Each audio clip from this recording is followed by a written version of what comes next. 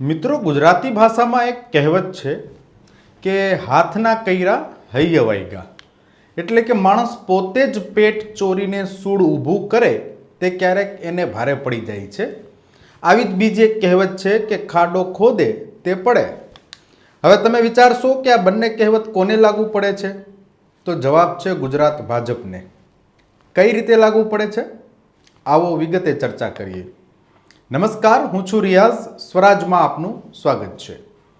ખેતી અને ખેડૂતોને સંલગ્ન વિવિધ વ્યવસાયના ક્ષેત્રને સહકારી ક્ષેત્ર કહેવાય છે. ગુજરાતના સહકારી ક્ષેત્ર વિશે એવી લોકવાયકા છે કે જે નેતા સહકારી ક્ષેત્ર પર દબદબો ધરાવે તે ખરો રાજકારણી. એટલે જ કદાચ કોઈ નેતા ધારાસભ્ય કે સાંસદ બને તે પહેલા સહકારી ક્ષેત્રમાં પગ જમાવતા હોય છે. સહકારી ક્ષેત્ર સીધી રીતે ખેડૂતો અને ખેતીને સ્પર્શે છે. આ વાત થઈ સહકારી ક્ષેત્રની. હવે આગળ વાત કરીએ.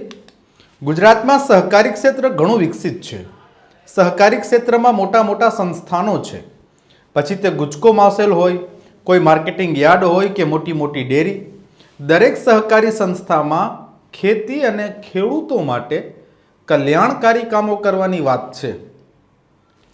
હવે સહકારી ક્ષેત્રમાં ડિરેક્ટર કે ચેરમેનની ચૂંટણી પ્રક્રિયા વિશે સૌ કોઈ પરિચિત છે. પણ છેલ્લા થોડા વર્ષોમાં ગુજરાતના સહકારી રાજકારણમાં મેન્ડેટ પ્રથા શરૂ થઈ છે. કોઈ પણ સ્થાનિક સ્વરાજ્યની સંસ્થા હોય કે સાંસદ કે ધારાસભ્યની ચૂંટણી, તેમાં દરેક પક્ષ પોતાના અધિકૃત ઉમેદવારને મેન્ડેટ આપે છે, જેના પરથી તે ઉમેદવાર ચૂંટણી લડે છે.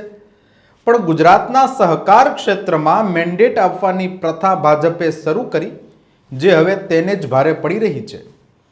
ઇફકો ડિરેક્ટરની ચૂંટણીમાં ભાજપના સત્તાવાર ઉમેદવાર તરીકે બિપિન ગોતાને મેન્ડેટ અપાયું, પણ તેમની સામે બળવો કરીને જયેશ રાદડિયા ચૂંટણી જીતી ગયા.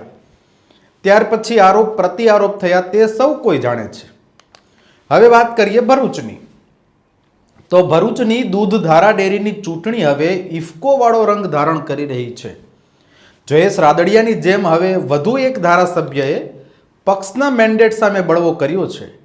ગઈકાલે ભરૂચની દૂધધારા ડેરીમાં પક્ષના મેરિટ વિરુદ્ધ ઉમેદવારી નોંધાવનાર 9 લોકોને ભાજપે સસ્પેન્ડ કરી દેતા રાજકીય ક્ષેત્રે ખળભળાટ મચી જવા પામ્યો છે. ભરૂચની દૂધધારા ડેરીની ચૂંટણીમાં ભાજપ મેન્ડેટ સામે બળવો કરનાર ઉમેદવારો સામે ભારતીય જનતા પાર્ટીના મોવડી મંડળે લાલ આંખ કરી છે અને સસ્પેન્શનનું શસ્ત્ર ઉગામ્યું છે. આ સસ્પેન્શનથી ધારાસભ્ય અરુણસિંહ રાણાને મોટો ફટકો પડ્યો છે. ભરૂચ જિલ્લા ભાજપ પ્રમુખ પ્રકાશ મોદીએ અરુણસિંહ રાણાની પેનલના 6 અને નર્મદાના 3 ઉમેદવારોને પક્ષમાંથી સસ્પેન્ડ કરી દેતા રાજકીય ક્ષેત્રે હડકંપ આવી ગયો છે. આમ દૂધધારા ચૂંટણીમાં ઇફકોવાળી થવાના પૂરેપૂરા અણસાર છે.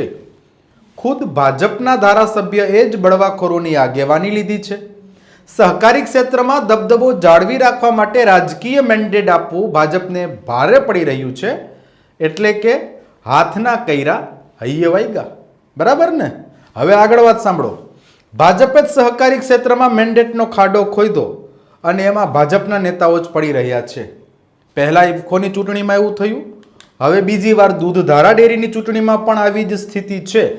એટલે ભાજપને બીજી વખત આવા આંતરિક વિરોધનો સામનો કરવો પડી રહ્યો છે.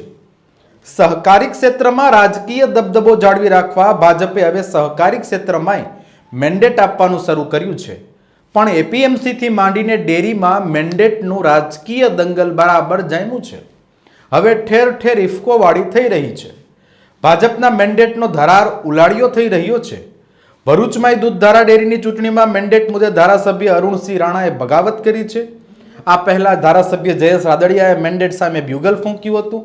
આ તમામ ઘટનાક્રમ બાબતે ભરૂચના સાંસદ મનસુખ વસાવા પણ લાલ ગુમ છે અને દૂધધારાની ચૂંટણીને લઈ નેતાઓ પર પ્રહાર કરતા જણાવ્યું કે જે આ થઈ રહ્યું છે એ ઘણું ખોટું થઈ રહ્યું છે. આવનારા દિવસોમાં સ્થાનિક સ્વરાજ્યની ચૂંટણીમાં પાર્ટીને મોટો ફટકો પડશે. આ વર્ષને અંતે ગુજરાતમાં મોટા પાયે સ્થાનિક સ્વરાજ્યની સંસ્થાઓની ચૂંટણી છે. તે પહેલા મેન્ડેટના નામે ભાજપમાં આંતરિક ડખો ધીમે ધીમે બહાર આવી રહ્યો છે. હવે શું થશે એ તો સમય પર છોડી દઈએ, પણ આપણે જે કહેવત તમને સંભળાવી તે બરાબર હતી ને? તો પછી ફટાફટ ચાલો સ્વરાજ ચેનલ સબસ્ક્રાઈબ કરી નાખો, અને હા, કોમેન્ટ બોક્સમાં તમારા પ્રતિભાવો આપવાનું ભૂલતા નહીં. ધન્યવાદ.